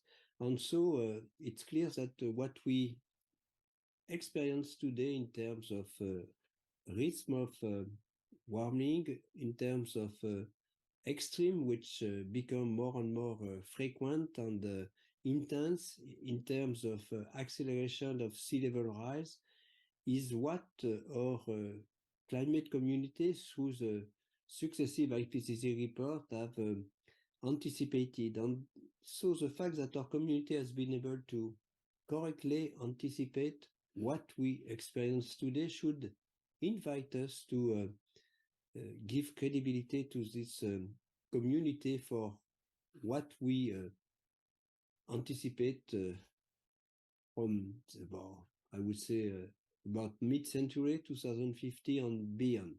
And it's clear that if we continue to emit a large amount of greenhouse gases without real deceleration, rapid deceleration, without carbon neutrality, we will go towards high climate, relatively high climate warming around. So we evoke the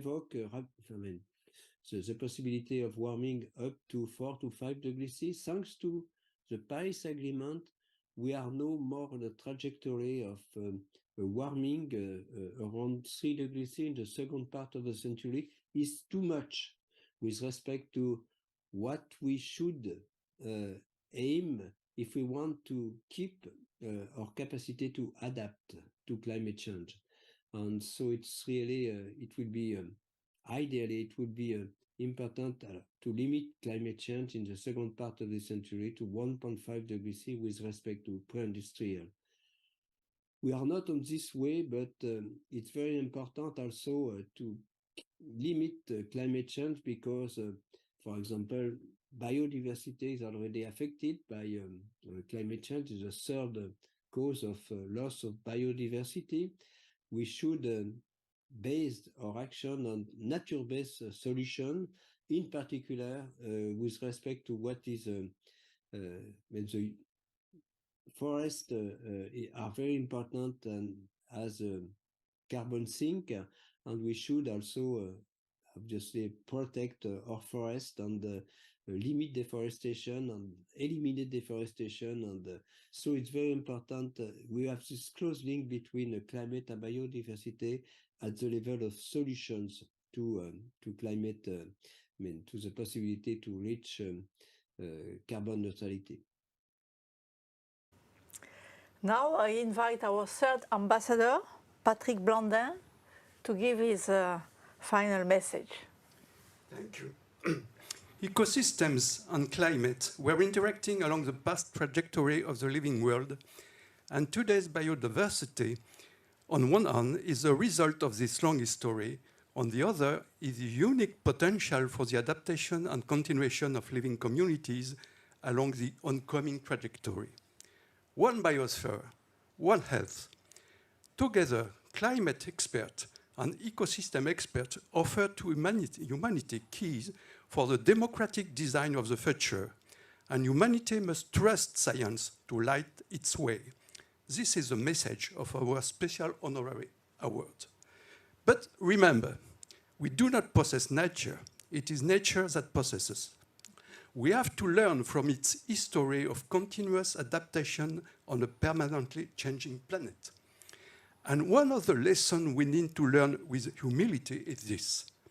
Very often, it is in nature that we can find the best solutions to solve the problems we face.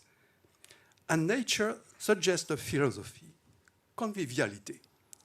Conviviality is a positive, optimistic conception of the interdependence of living beings. It is a way of life to be practiced now and every day along a desirable, life-sustaining, peace-attaining trajectory. Let us together form the following wishes. Let humans recognize themselves as members of the biospheres, humbly respectful of other living beings, their evolutionary companions, and respectful of the immense diversity of communities they form from the abyss to the mountains. Everywhere, let humans seek the better being, both individual and collective, of their surrounding living world. In all their diversity, wherever they live and whatever their cultures, their knowledge, their beliefs, may humans weave relationships of conviviality among themselves and with all other living beings, with love and artistic and spiritual creativity. And may humans willingly be responsible, individually and together, for the future trajectory of the biosphere and for their place within it, from their homes and territories to our common home, the Earth. Thanks, Patrick, for your powerful message as closing words for not only the awards but also for this International Climate Day. But before closing really the event, this very first edition today, 8 December, I would like to have the real final words by our two partners about how do you feel today, International Climate Day, every day or what else, I would say?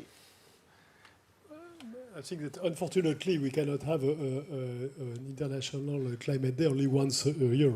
I think it should be every day, and we have to recall that it requires efforts every day of all of us if we want to face this problem. So it's very important to have a symbol like this day, but don't forget that climate change and biodiversity problem will still be there tomorrow and the day after.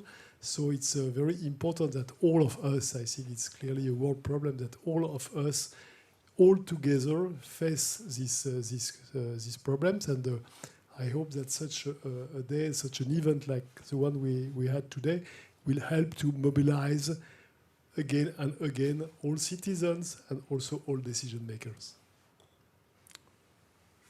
Thanks, Antoine Petit, for reminding us that it's not only today the naming event, it's every day that we need to act and think climate.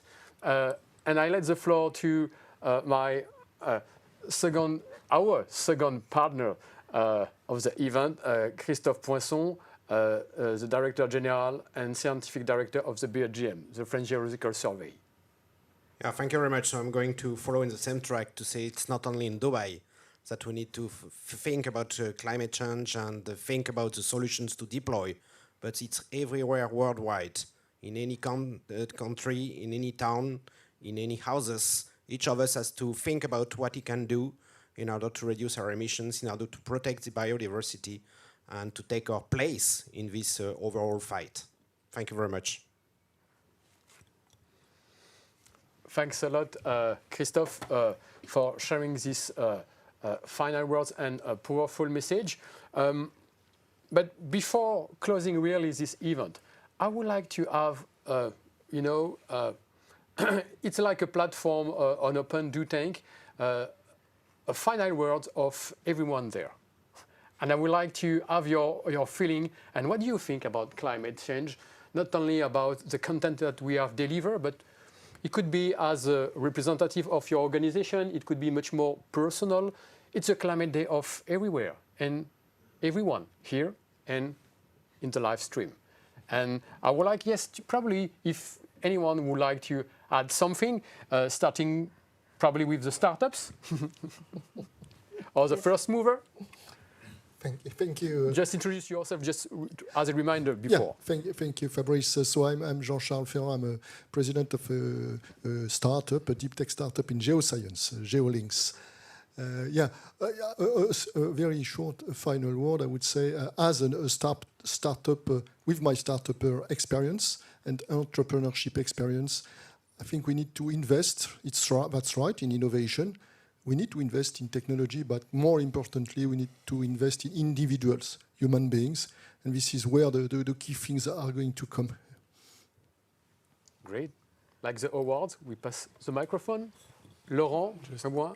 Yeah, so Laurent Bréboin, VIDMIZER, so we reduce the weight of videos in order, to reduce the CO2 impact on the planet, because every single day, 8 billion videos are seen on Meta, 4 billion on YouTube, so it's huge.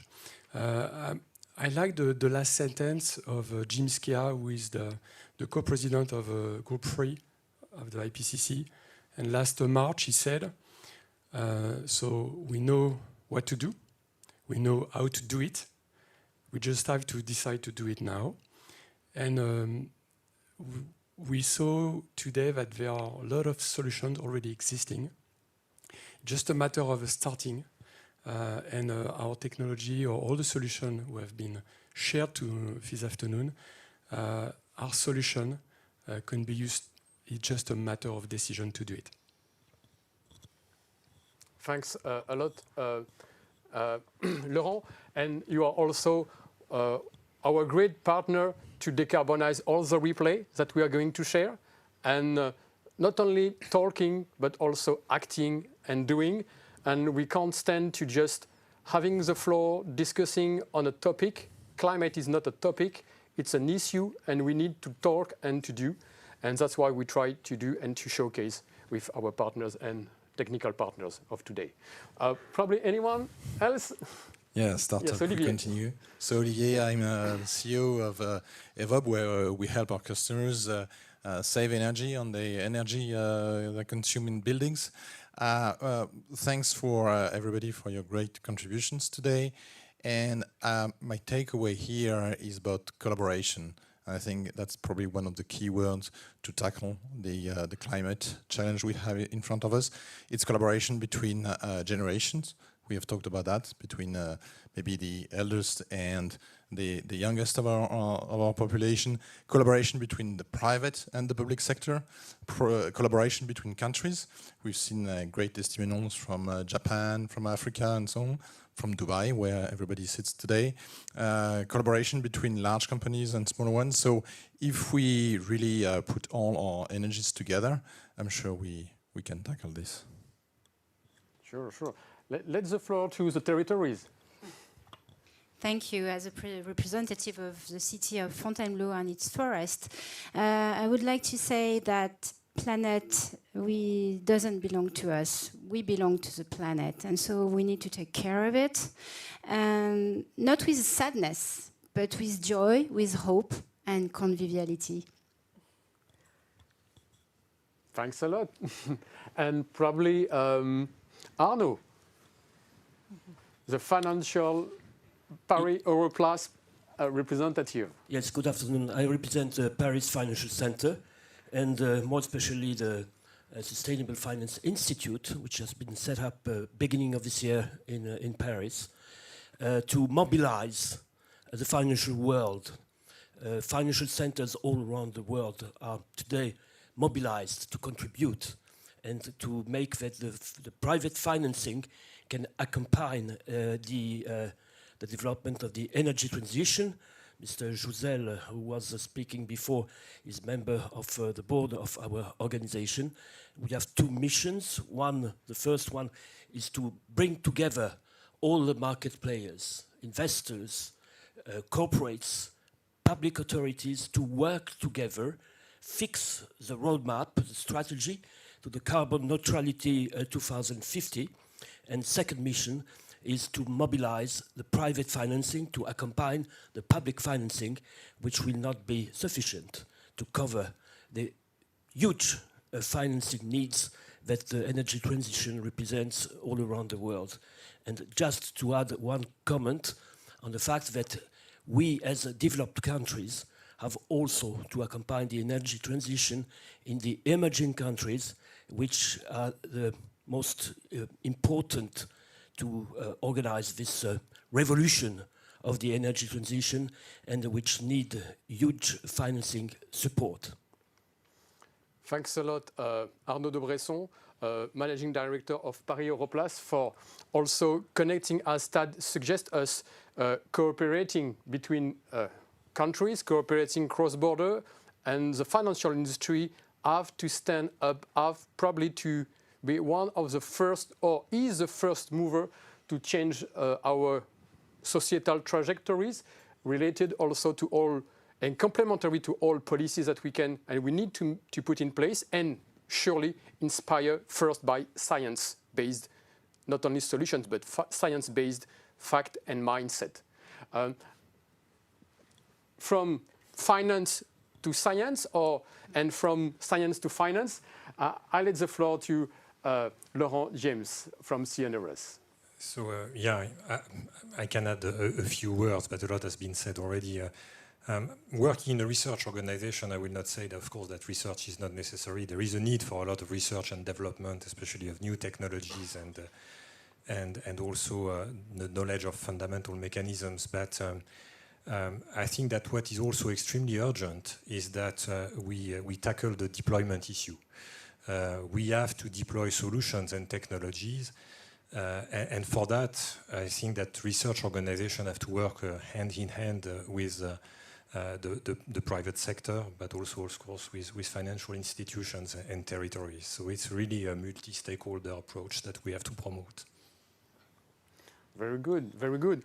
And probably I just ask to other colleagues and people there, if I just said the word of climate, what words come in your mind? You want to, yes, to have a comment? Yes, sure. If I just said climate, if you have, I will say, a green, cloudy words in your mind, what could be climate? What is climate for you? Climate is not weather. Climate is changing, and we have a proof of this from everywhere. And it is just maybe only 5 years that everybody is convinced of this changing.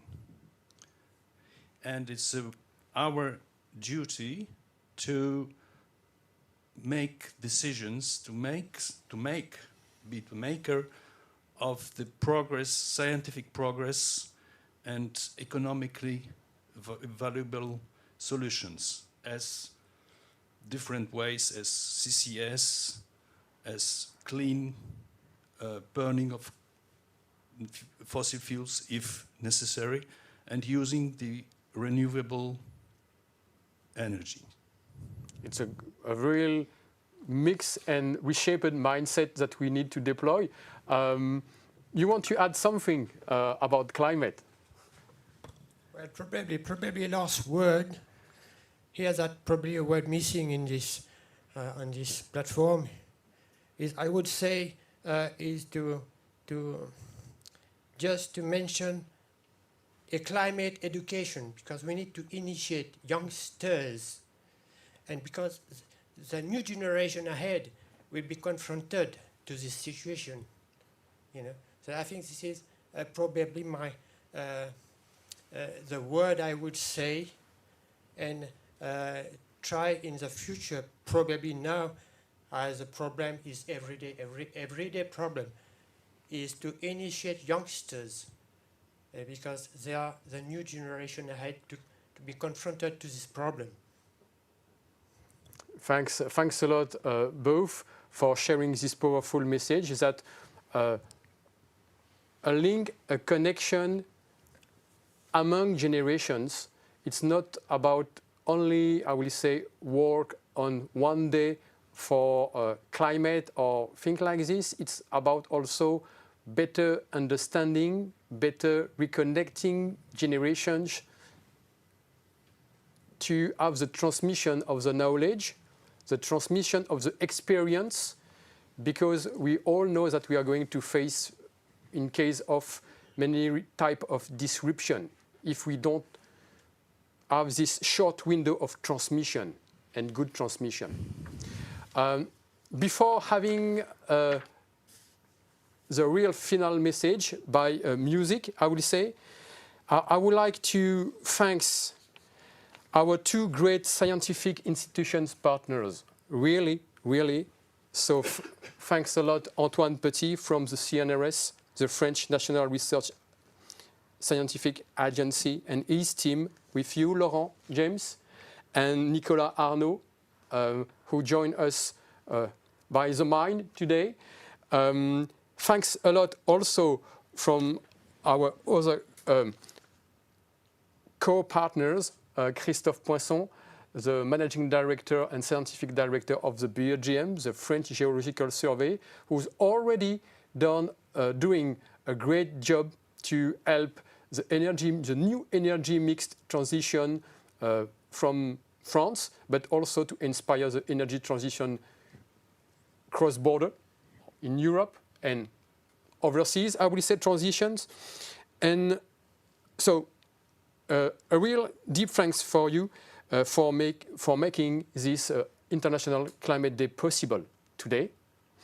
Thanks also for our 3 honorary ambassadors. The first for you, Jean Jouzel. I know that, and we know that you are in the COP28 in Dubai, and we are waiting for you when you're going to be back with the revelation now of the naming of the co-attribution of the awards, IPCC and IPBES. Thanks a lot also for you, Tom Middendorp, who wouldn't be able to be there, but I know that you are also with us by the mind, and to be also the great ambassador of the day. And of course, I need to share on stage a great thanks to Patrick Blandin, celebrating a few weeks ago the 75 years of the IUCN. Sorry, it's not a delay, but it's late for not really late, but it's a long week and a long pathway. So I hope that you could understand. So thanks a lot, Patrick, for your powerful message from the introduction and from the last message that you have shared, and with the echo of Fontainebleau, that we are not looking at the nature, that we are already part of the nature since day one. So thanks a lot for reminding us this. And also thanks all our speakers in Duplex, from Dubai, from Asia, from Africa, and our speakers on stage here, starting also from you, Tad, in the COP28, Caroline, our great team organization with you, Joanna, Ehring, Arnaud, Hugo, today, Asma, Augustin, who were not far a few days ago, and all the colleagues who have contributed since also day one, and they will be recognized as well. Thanks to our today local partners, Epoca, who welcome us, with Jean-François and his creative team, the production who was there, the last minute but not least as well, to make it possible in time.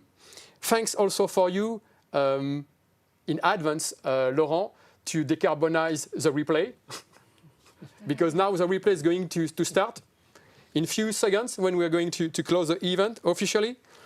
And so, of course, the last but not least, my 2 extraordinary co-chairs, Pradeep Manga and Isabelle Tchernikovsky-Loriol, a great example, I will say, of willingness, as well with Philippe Croison, a great testimony, I will say, of the everything is possible for this 8th anniversary of the Paris Agreement, very symbolic date, first edition.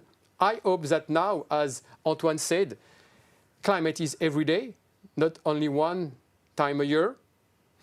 And I will say that officially we can recognize that there is 2 pieces in one piece now, 2 disciplines maybe, but a great convergence in only one pathway, reminding us that the most of contributor, positive net contributor to avoiding and to mitigate climate change are natural carbon sink, protecting the environment.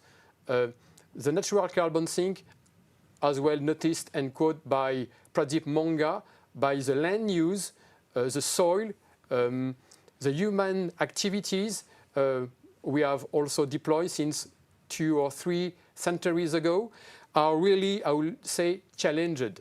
So now we recognize it officially that there is 2 pieces in one coin, I will say, not a coin but a brick now. Let's build up from it, inspire all decision makers who's going to negotiate, to make effort currently at the COP until the final results that we can have for this year, and it's going to be the same year after year. Don't worry, it will be painful, it could be hard, but we can achieve it if we work together. And we can demonstrate that we can make it. And we need to demonstrate it. So this same piece now, let's put it in practice, because from theory, content, and practice, there is a big difference many times.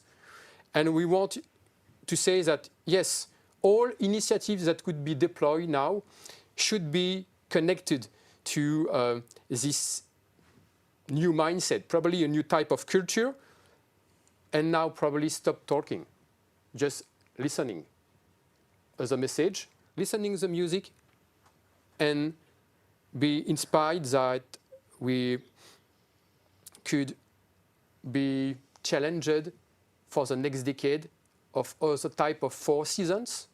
So just thinking today, not for tomorrow, what could be the 4 seasons of the next decades? And I let the floor to Veronica, who support us and also transmit the music, transmit the message of this International Climate Day. And I want to say that if it could be a sharing rebirth of the season for all of you, it could be the first big step for everyone and all of us. From climate and environment science to the science of living better together on this planet. Thanks all, and just listen. See you next.